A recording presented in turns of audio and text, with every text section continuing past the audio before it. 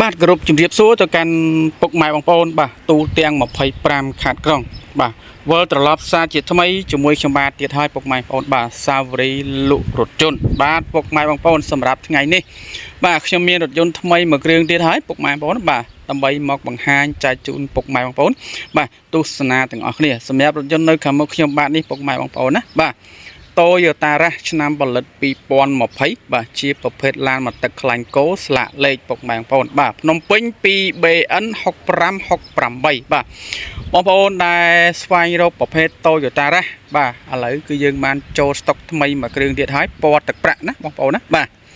សម្រាប់ស្តុកមុនគឺនៅដដែលទេបងប្អូនអាចមកមើលបានពុកម៉ែបងប្អូនបាទឥឡូវស្តុកថ្មីគឺបានកាត់ចូលមកហើយរៀបចំហើយប៉ូលាបាទមកស្អាតមកខ្ចីញញតែម្ដងពុកម៉ែបងប្អូនបាទហើយបញ្ជាក់ជូនចំពោះម៉ែបងប្អូនថាបាទឡានខាងបងប្អូនអត់មានឡានបុកឡានប៉ះឡានកលាប់ឡានកាត់តបាទឬក៏ឡានស្ងោរពណ៌បាទហើយមួយយ៉ាងវិញទៀតបញ្ជាក់ឲ្យបងប្អូនថាអត់មានឡានបន្លំឯកសារទេពុកម៉ែបងប្អូនណាបាទតោះពុកម៉ែបងប្អូនបាទមកតាមដានជាមួយខ្ញុំបាទទាំងអស់គ្នាបាទ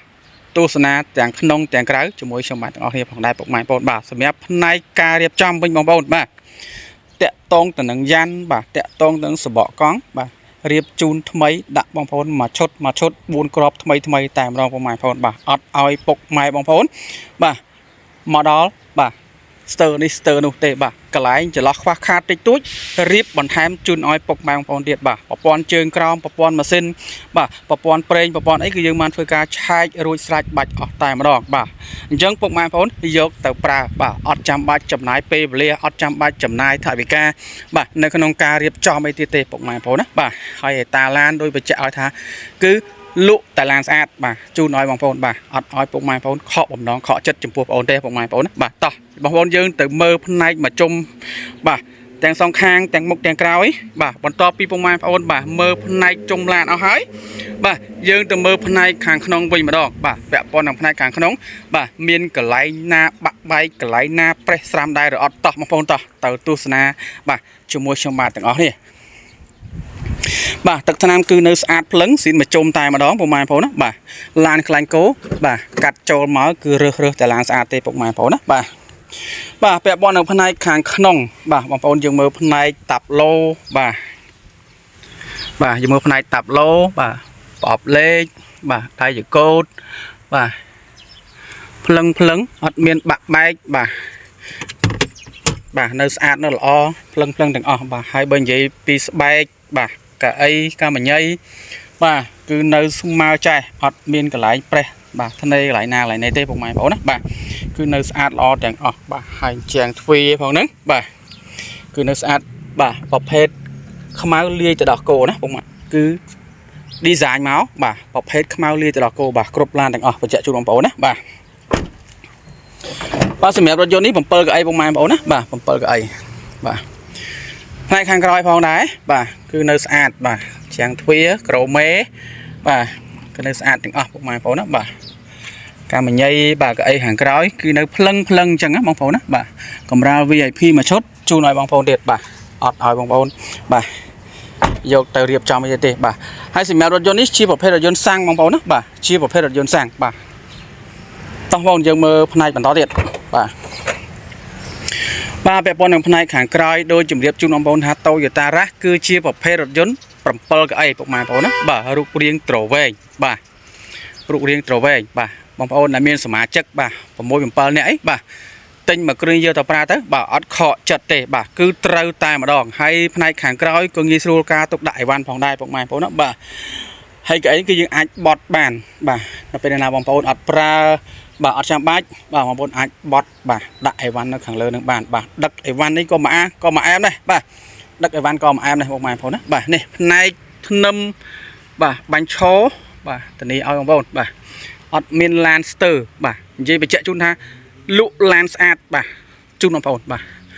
បងប្អូនមកមើលទីតាំងបាទ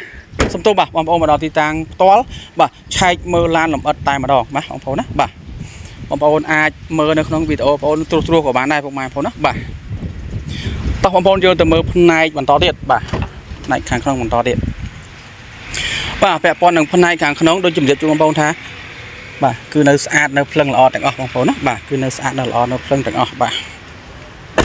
បាទទាំងមុខទាំងក្រោយទាំងឆ្វេងទាំងស្ដាំបាទគឺនៅស្អាតនៅខ្ចីនៅលវក់បាទជាងទ្វារ4គ្រាប់បាទគឺនៅភ្លឹងបាទតោះឥឡូវយើងទៅមើលផ្នែកខាងបាទផ្នែកខាងប្លុកម៉ាស៊ីនវិញម្ដងបងប្អូនណាបាទផ្នែកខាងប្លុកម៉ាស៊ីនវិញម្ដងបាទបន្ទាប់ពីពុកម៉ែបងប្អូនបាទឆែកមើលលម្អិតល្មមអស់ហើយបាទឥឡូវយើងមកមើលផ្នែកនៃប្លុកម៉ាស៊ីនវិញម្ដងជាមួយខ្ញុំបាទបងប្អូនបាទឥឡូវមុននឹងបងប្អូនមើលផ្នែកប្លុកម៉ាស៊ីនបាទបញ្ជាក់ជូនតម្លៃតែម្ដងទៅបាទសម្រាប់ Toyota Rush បាទ2020មួយគ្រឿងនេះបងប្អូនណាបាទតម្លៃ 24000 ណាពុកម៉ែបងប្អូនណាបាទ 24000 បាទបងប្អូនចង់ទិញដាច់ចង់វាយដូរចង់បោករំលោះបាទគ្រប់25ខែក្រងតោះបងប្អូនតោះទៅមើលផ្នែកខាងមុខ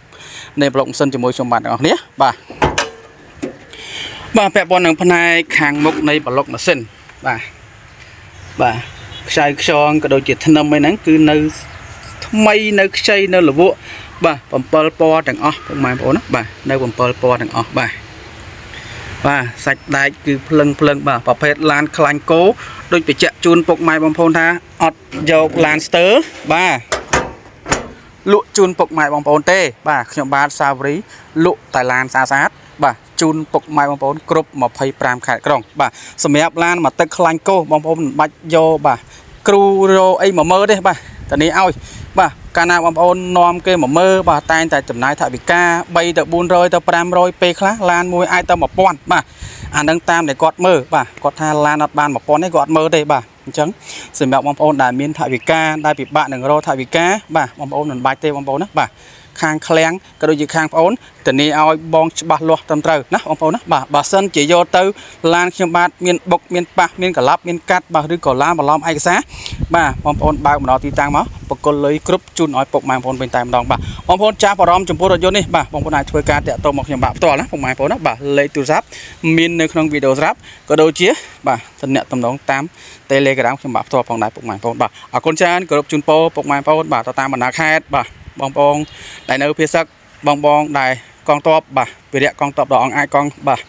វិរៈកងទ័ពដ៏អង្អាចរបស់ខ្មែរយើងបាទជូនពរឲ្យបងបាទជួបតែសុខសុវត្ថិភាពឈ្នះអស់មានសត្រូវបាទគ្រប់ទិសទីទាំងឡាយបាទអរគុណច្រើនពុកម៉ែបងប្អូនបាទជួបគ្នាឱកាសក្រោយទៀត